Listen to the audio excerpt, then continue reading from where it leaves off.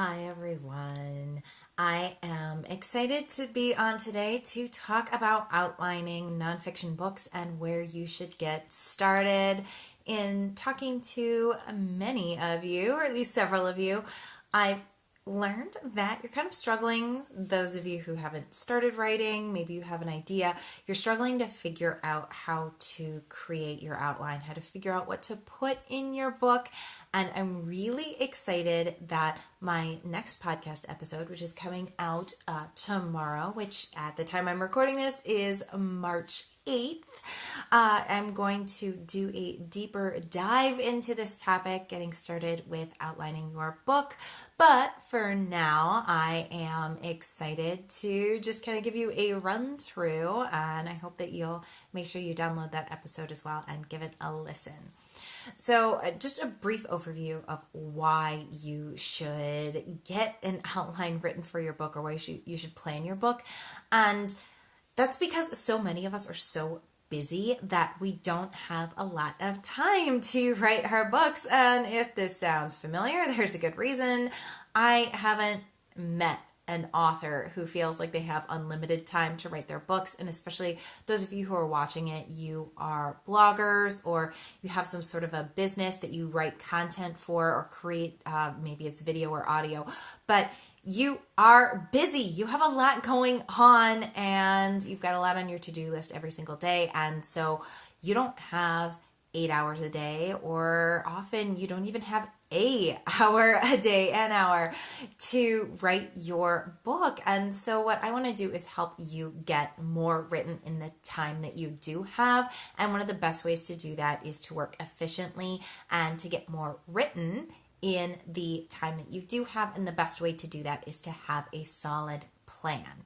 So again, when you do have that plan, what it's going to allow you to do is sit down at your computer and work faster, because you'll know exactly what you need to write about. And the more detailed that plan or outline is, the easier it's going to be for you to sit down and write your book, because you'll know exactly what you need to write about in the section or the chapter that you're writing. So hopefully that makes sense.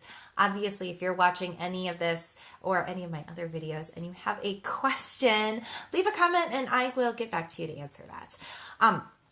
So where to get started with the outline? The place that I really strongly recommend that you get started is by figuring out who your book is for first. That's going to help you focus as you plan your book and as you write your book. And really, I think that this is the most important step that you should take before you even start planning the content of your book, and it does play into planning your book. If you have created an avatar or a reader description, client description for your business or for your blog before, then you could always carry that over, but do make sure that you take a moment, if you created one already, to make sure that it fits your book, or see if you need to tweak it or make it more specific for your book. So for example, my fitness blog, I've worked to focus a lot on yoga for runners. I've written 2 books about yoga for runners. And so for example, I have a book that's a little more basic, so it's getting started. And so my avatar for that book, my first book, Yoga for Runners, would be somebody who is a runner who's interested in getting started with yoga, or maybe they've tried yoga or once or twice, but they don't know a lot about it. And so they need help even just figuring out what to do, what type of yoga to try, that sort of thing. So very basic things. My other yoga book for runners, Mat to Pavement, that is written for people who are at a little bit more advanced stage. It's a follow-up to my first book. They've been maybe practicing yoga for a little while and they need help kind of taking it to the next level. And so that's what that book does. So I could have one large avatar for everybody I'm trying to reach, but with those books, I'm trying to reach slightly different people. And so my avatars for those books need to be a little different. And hopefully that makes sense to you. And I'm hoping that you can start to see why it's important to know who you're writing for. Because if the people who are going to be buying my book are more advanced, but I add in a bunch of information for that's more basics, they're going to get bored and they're going to put my book down. Vice versa, I don't want to overwhelm a beginner with thoughts or concepts that are not quite where they're at right now. So I hope that you'll do the same, and I hope that you'll take some time to think through your reader avatar. Check out, again, episode 3 of the Blogger to Author podcast. It's blogger2author.com/3 will take you to the right spot. And that's sort of a deep dive into avatars and what you should think about to create your avatar. So check that out, but make sure you've got your avatar before you get started. Then the next step I want you to take is to do a total brain dump of everything and anything that might possibly go into your book. And so we've got two sides of our brain, right? We've got our creative side of our brain and we've got our analytical side of our brain. And when one's working, the other one doesn't work so well. And that's why I encourage my students and really any of my followers to write and edit at different times. And I also want you to keep that in mind as you are creating your brain dump. So don't edit what you're putting in there. Make sure that you just include everything and anything. And the worst thing that might happen is that you might have an idea that doesn't quite fit in the book at the end. And you can always just keep that as a note for another book down the road or another project, whatever you're doing. But so find a common place where you can keep track of your brain dump. My personal favorite is Google Docs because I can have it on my computer and on my phone. But you could even get old school and write it down in a notebook. I have a client who's currently doing that. However you like to capture your ideas. One little piece of, I guess, an app that I really enjoy using for this sort of thing that I would encourage you to consider as well is Google Keep. It's like Evernote. It's a little different, but it is free if you, it's included with just like Google Docs in your Gmail service or your G Suite service. But I have both the app on my phone and then I also can pull it up on my computer by just going to keep.google.com. And what's great about that is that I can take notes in both places, either on my phone or on my computer, and I can have it all at once. And then what I personally do is transfer those notes into a Google Doc where I keep them all. One little trick that I love to use with Google Keep is that if I have a great idea come out when I am out and about, which happens all the time, I can use the little voice recorder. So if you pull up Google Keep on your phone, there's a little icon that you can press that actually does short voice clips. It transcribes it for you, which is actually really nice as well. The transcription's not always 100%, but at least you've got your idea out there. And if you don't have time to actually like sit there and type it out, you can just really quick talk it out before the thought leaves your head if you're like me and you have that problem.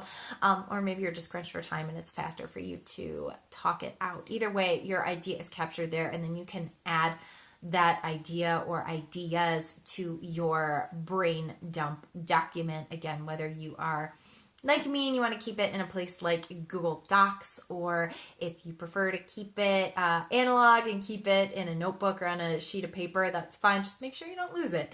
But what that will do is it will serve as a jumping point for you to then create your outline. And I'll talk a little bit more about how I do that in future videos.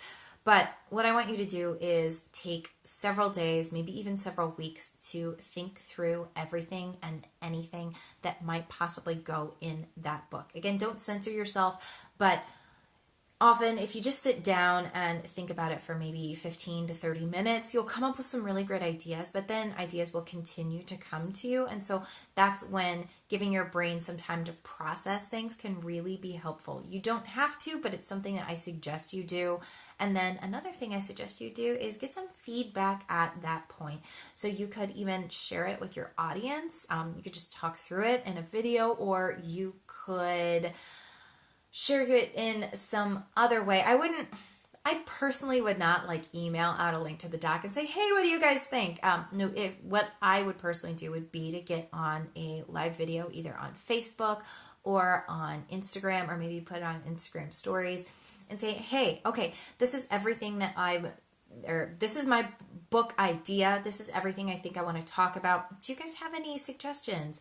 Do you think of, or can you think of anything that you would like to include or that you would like to hear more about? That sort of thing. And begin to make sure that you've covered everything, essentially what you're going to do. Don't be afraid to share it with maybe your biz bestie or your blog bestie or whoever to get some feedback on that as well. But just try to get as much information down there as you can. Think through things like what terms you would need to define. Maybe if you need to walk them through some basic steps, what holes in knowledge or what beliefs do they have or not have that they need to develop or that they will need to develop to get the most out of your book. And examples as well. One thing that I really like to include in my books as much as possible is examples. So if you can think of some really good examples or even better stories that you could include in your book, make sure that you note those down as well, because that'll be really helpful when you are taking the next step in your outline. So again, to start getting your nonfiction book outlined, begin that brain dump process. Take notes in whatever way works best for you and your brain, but start to get those down so that you can then organize them and get your outline written. And I will be back in a few days or maybe a week to give you some more tips on getting all of that organized into a solid outline. So I hope you found this helpful. If you have any questions about creating your outline, definitely let me know. If you need some one-on-one help creating your outline and just need somebody to bounce ideas off of, somebody to ask the right questions to make sure that you're including everything and that you get your best possible outline, check out my book mapping service that I offer. It's a book mapping strategy session, I think is what I technically call it. What I will do is get on a video chat with you for an hour, and I will guide you through the process of creating a map or a plan for your book so that you are ready to hit the ground running and write your book quickly and efficiently. You can learn more about that service and all of my other services at blogger2author.com/services. I will see you all later. And like I said, if you have any questions about creating your outline, leave them in the comments and I will get back to you. Have a great day.